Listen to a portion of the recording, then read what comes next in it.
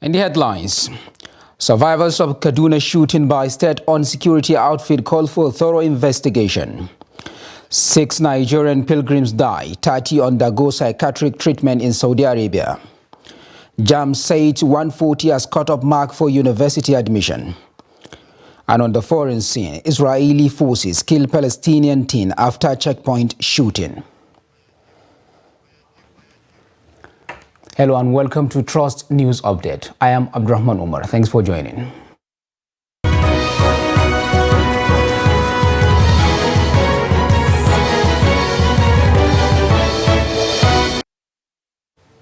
Now the news in full.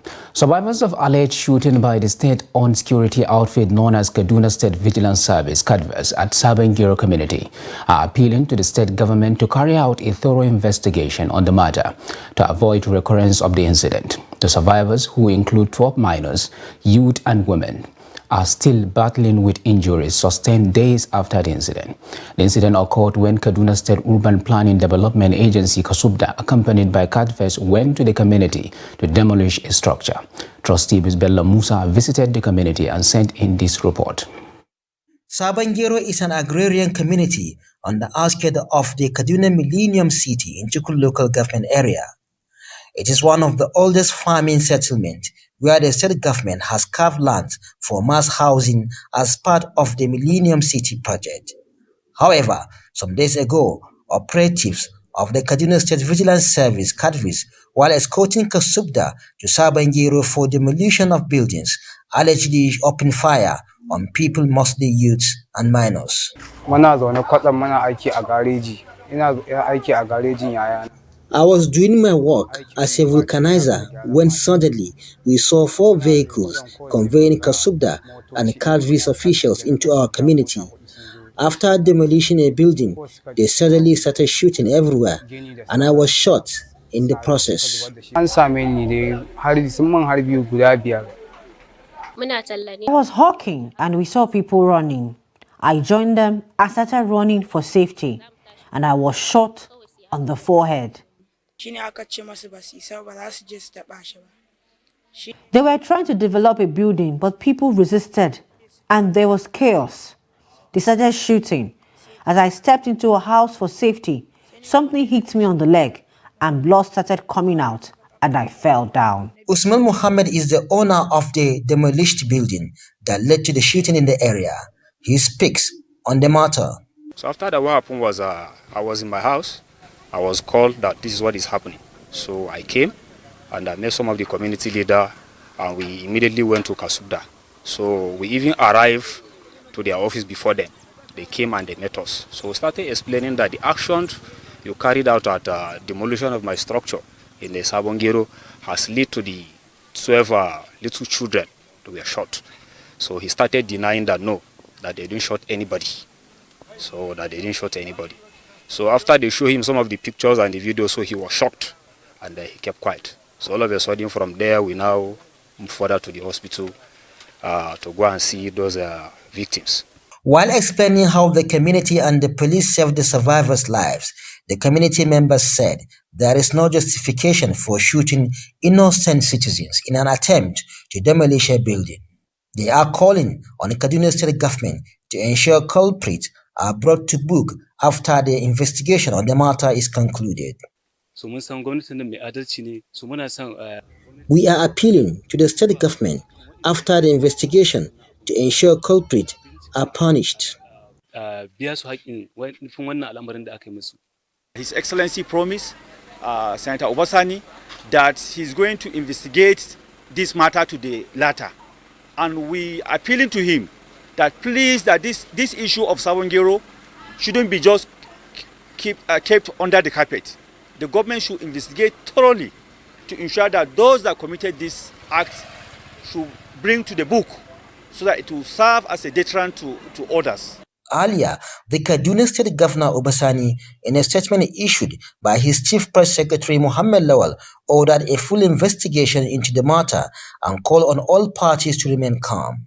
Meanwhile, the Kaduna State Vigilance Service declined comment, saying the state government is investigating the matter. Bella Musa, Trust TV News, Kaduna. Residents of Moromi community in Borno State have sent a Save Our Souls message to the state and federal government to intervene in the area of flood control to spare them the devastation that rocked the community following the 2022 floods.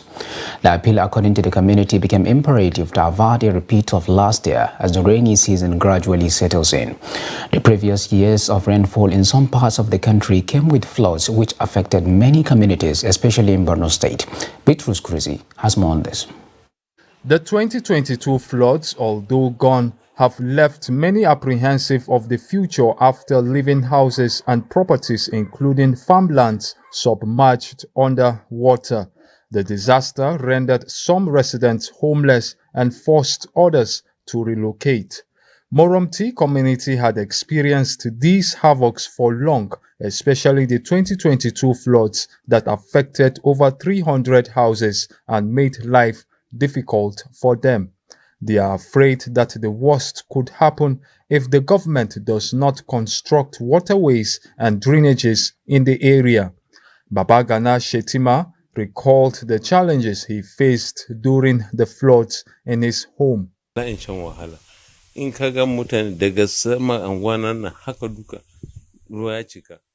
flood last year was worst compared to what we experienced 3 years ago.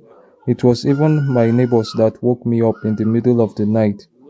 Me and my family couldn't sleep for 3 days. We were also helping other neighbors to pack out their things. Everywhere was filled with water. My important documents were also soaked inside water. Last year, we experienced a serious flooding that rendered a lot of households homeless. So, and by all indication and signal, we are going to experience the same problem this year. So, if care is not taken, some houses have been damaged. Some got injured. The house fall on them, and then even we recorded like 2 deaths at that time when the flood comes, like 3 years back, because the water, which is in 1,000 housing, then overflowed to Moromti community, and then as the water flowed here, there is no access way that the water can run. That's why it enters people's house and then break down all the houses. The community says it has made several attempts to get the state government to intervene without success. We went to the urban and national, we went to the urban and regional planning board. Then we, together with the community leaders as well as the Blamas, we went and they tendered our problem to them. Then they said that they can forward it to the government, to Borno State Governor, maybe he can intervene. But up to now, nothing has been done. Moromti community hopes that the needed intervention will come in at the appropriate time before the heavy rains that can cause flooding set in. Bitrus Kuruti, Trust TV News, Maiduguri. Meanwhile, the Speaker of the House of Representatives, Tajuddin Abbas, has decried the flood that ravaged the Tretmore Estate, Lugbe, Abuja, which caused severe destruction of property worth millions of naira. Abbas said it was highly regrettable that people going about their normal lives with their families found themselves in such a difficult situation. The Speaker, in a statement by his spokesman, Musa Abdullahi Kirishi, sympathized with the residents of Tretmore Estate over the unfortunate incident. He recalled that relevant government agencies had, before the rainy season, alerted the public to the possibility of flood in some parts of the country, saying the public must heed such warnings. Speaker Abbas called on the authorities to swing into action to avert the recurrence of the incident. He reiterated the need for the public to take all necessary measures to avoid flood-prone areas. The FCT Emergency Management Agency, FEMA, had on Friday said 116 were affected by the flood. Troops of 22 Armored Brigade of the Nigerian Army on Operation Park Strike 2 have arrested 2 suspected notorious drug peddlers in Kwara State. The duo of Yusuf Yisa and Muhammad Danjuma were arrested during a routine check along Ladika Kufo Road in Patiki local government area of the state, with large quantity of illegal substance suspected to be cannabis sativa and other assorted hard drugs. While handing them over to the Kwara State Command of the National Drug Law Enforcement Agency (NDLEA), the officer commanding 22 provost companies for Big Cantonment Ilorin, Major Olaru Aju Okewumi, disclosed that they were arrested based on an actionable intelligence. Chief Superintendent of Narcotic Lawal Tajuddin, who received the suspect on behalf of the State Commandant of the NDLEA, promised to continue with the investigation in order to round off other members of the syndicate. The suspects owned up to the crime and disclosed that they were lured into it. The suspect will be handed over to the National Drug Law Enforcement Agency, being the leading agency in fighting against narcotic and illicit drugs. As we can see, the National Drug Law Enforcement Agency, they are on ground. We are going to hand them over for further investigation and possible prosecution. It's always a very long chain. So we have to extend our investigation to know the real people behind this illicit drug trading in and within our environment. I advise people who never put hand for this type of business should remove hand, because it's not easy. Like me now, I have a children to university now. Because of now, the school will condemn everything about them, will condemn. Even their life self is to remain between them and God. You use my own to learn lesson.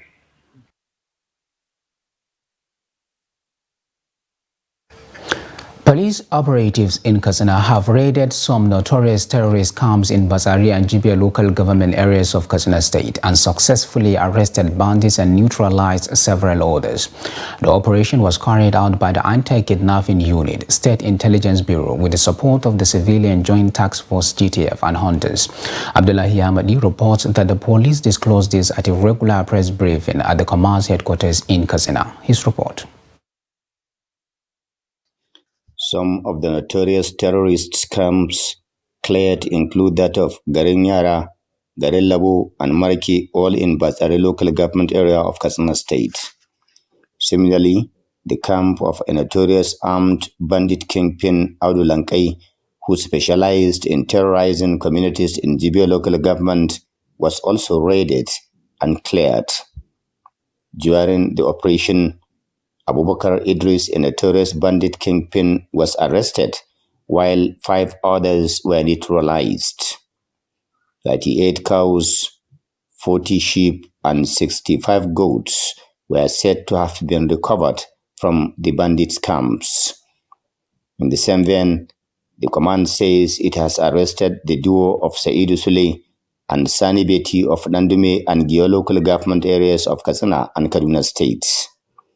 The suspected armed bandits were arrested when they attacked the residence of one Muazu of Arawa village of Dandima local government in an attempt to kidnap him. Upon receipt of the report, our operatives led by the DPO Dandume Division promptly responded, where they engaged the terrorists in the first gun duel and succeeded in foiling the attempt and rescued the victim unhurt. In the course of investigation, the suspect confessed to the commission of the offense as investigation is ongoing.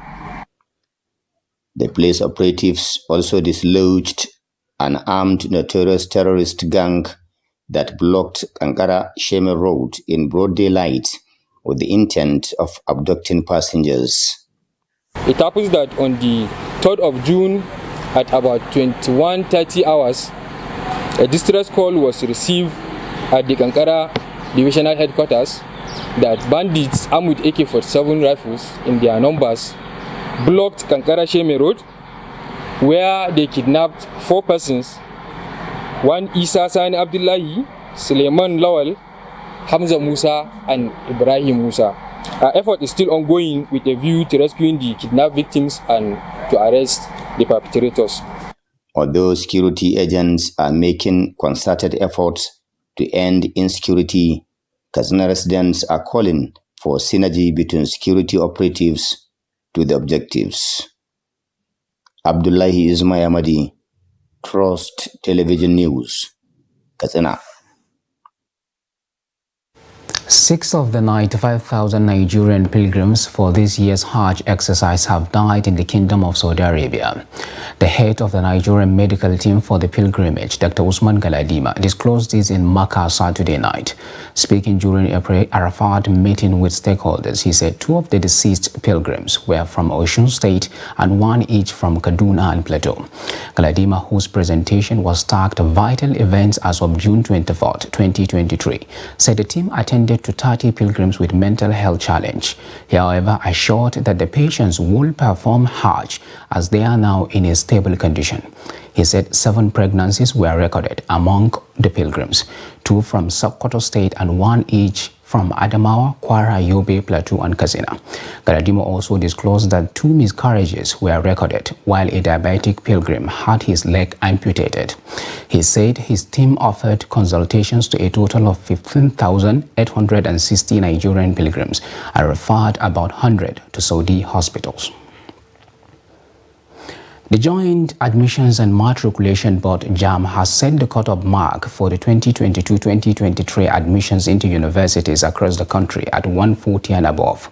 This was disclosed on Saturday by the Registrar of the Board, Prof. Ishaq Oloyede, during a presentation at the 2023 policy meeting on admissions to tertiary institutions and awards held in Abuja. Oloyede also noted that the board had approved a score of 100 as the cut-off mark for polytechnics and colleges of education. However, the JAMB registrar said universities are at liberty to decide individual cut-off marks, but no university will be allowed to admit any candidate who scores below the 140 benchmark. Also at the policy meeting, the federal government charged JAMB to maintain the sanctity of its examination at all times. The Permanent Secretary, Ministry of Education, David Adejo, said that a compromised examination system will impact negatively on the nation's workforce. You are watching News Update on Trust TV. Coming off after the break, we take a look at how dilapidated infrastructure hinders learning. These and more stories to come after the break. Do stay with us.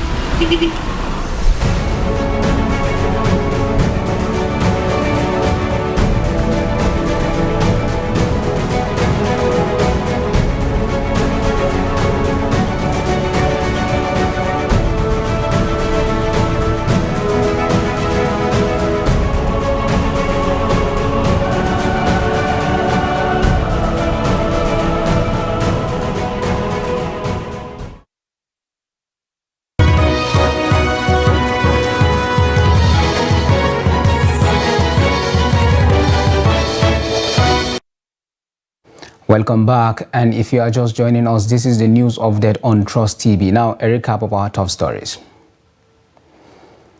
Survivors of Kaduna shooting by state-owned security outfit call for thorough investigation, and 6 Nigerian pilgrims die, 30 undergo psychiatric treatment in Saudi Arabia. Now moving on to other stories. Ogede community in Ovia Northeast local government area of Edo State, where residents have called on the state government to, as a matter of urgency, come to their rescue and help facilitate the renovation of the only secondary school in the community. According to the community, the call became imperative as the present condition of the school poses a threat to the education of their children and wards. Nafisa Bello completes the report. These are some of the classrooms in Ogede Secondary School, located along Upper Ekenwa Road in Ovia Northeast local government area of Edo State. The appalling state of the school prompted the community leader, His Royal Highness Usadebame Ahaoa, to appeal to the state government for urgent intervention. He said he regretted that the community has been neglected over the years, leaving the people to their fate. It is true that we have secondary school, we have primary school, we have health center, and this community is recognized by the state government.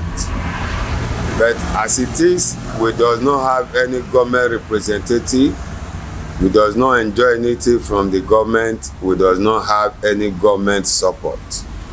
The secondary school we have in this community, if you go there, you will see how it looks like. We have written to the government, we have called on the government, but we have not been able to get a reply from them. Other residents who spoke on the issue expressed displeasure over the poor condition of the learning environment and other public infrastructures, adding that most of the existing classrooms were put in place with the efforts of the community leader, residents and parents to make sure their children still have a school to attend. A lot of things are going on there where the children are not happy. No chairs, the roof is not there, and the little class they have is so congested. Even the one they have not removed, if you enter inside, it's totally wrong. It's totally it's not good for students to learn. So what would we mean that this is what the government should come to our aid?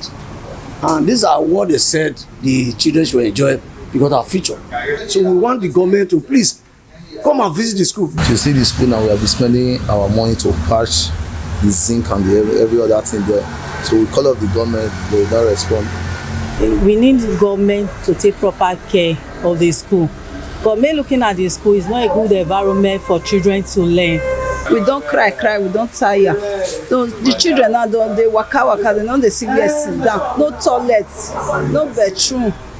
So they not even they care for them. They don't try best. The government can help us repair the school. Make teachers, better teachers still they make them put chair. This boy away, not they so make them put some. The question begging for answer is, with the pathetic state of Ogede Secondary School and many others, will the recent promise made by the state government to bequeath a legacy of quality education and better workforce that is required to survive the fourth industrial revolution be fulfilled? Nafisa Bello, Trust TV News, Benin. Ahead of the 2023 Eid al-Kabir, ram markets in Adamawa are filled to capacity, but with little or no patronage from the buyers, unlike the previous years. Ram sellers are attributing the poor patronage to lack of money, while buyers are lamenting the soaring prices of the animals. Salis Lawn reports. Zulhaj is the last month in the Islamic calendar, with the first 10 days of the month considered the most sacred. As part of keying into the sacredness of the days, Muslims have been admonished to offer prayers, read the Quran, remember Allah, make supplications, and give charity to earn great rewards in the first 10 days of the Hajj. Who has the means, walam yudahi, and he did not perform sacrifice, fala yaqrabanna musallana, he should not come to our Eid ground. He should not come to the Eid ground, is what Prophet sallallahu alaihi wasallam says. Based on this, some scholars are saying it's not is compulsory for someone that has the means to perform sacrifice, while according to other scholars, it's not compulsory, but it's permissible. Reciting the Quran, reading just a single letter from the book of Allah, and fasting on the day of Arafat to faithful who are not able to offer Hajj attracts the blessings, rewards, and forgiveness of Allah. We should try as much as we can to see that we follow the teachings of Prophet Muhammad sallallahu alaihi wasallam as well as the teachings of his companions strictly, not to adhere with something that is contrary to the teaching. The 9th day of the month is Arafat Day, and the 10th is Salah, where Muslims slaughter rams, cows, camels, or goats, depending on one's ability.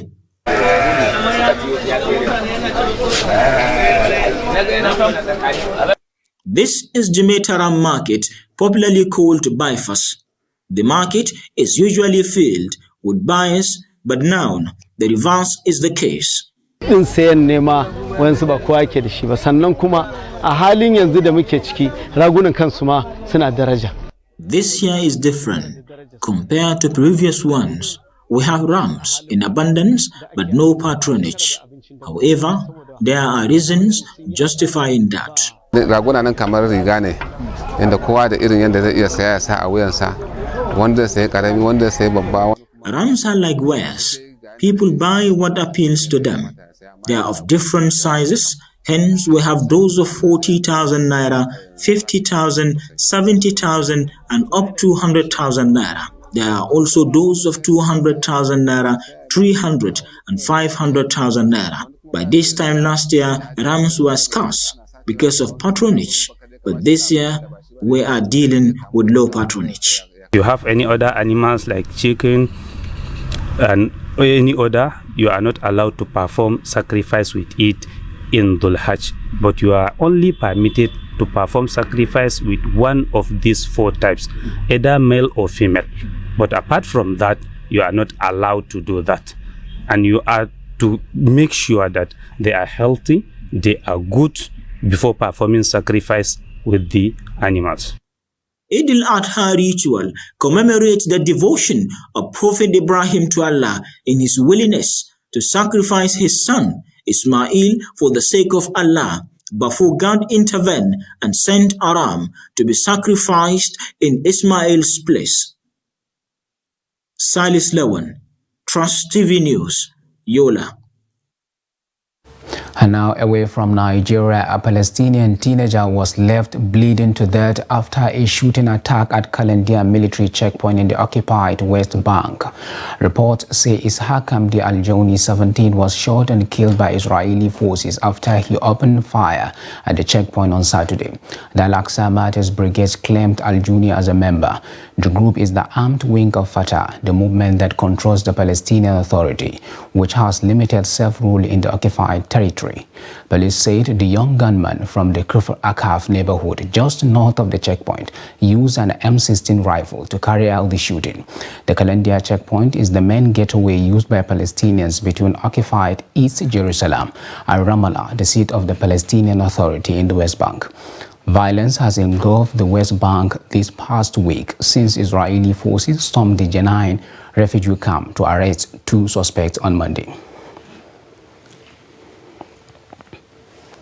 And with that, we have come to the end of the Trust TV's news update. Do not forget to follow us across all our media platforms and our YouTube live stream. I am Abdurrahman Omar. Thanks for watching and bye for now.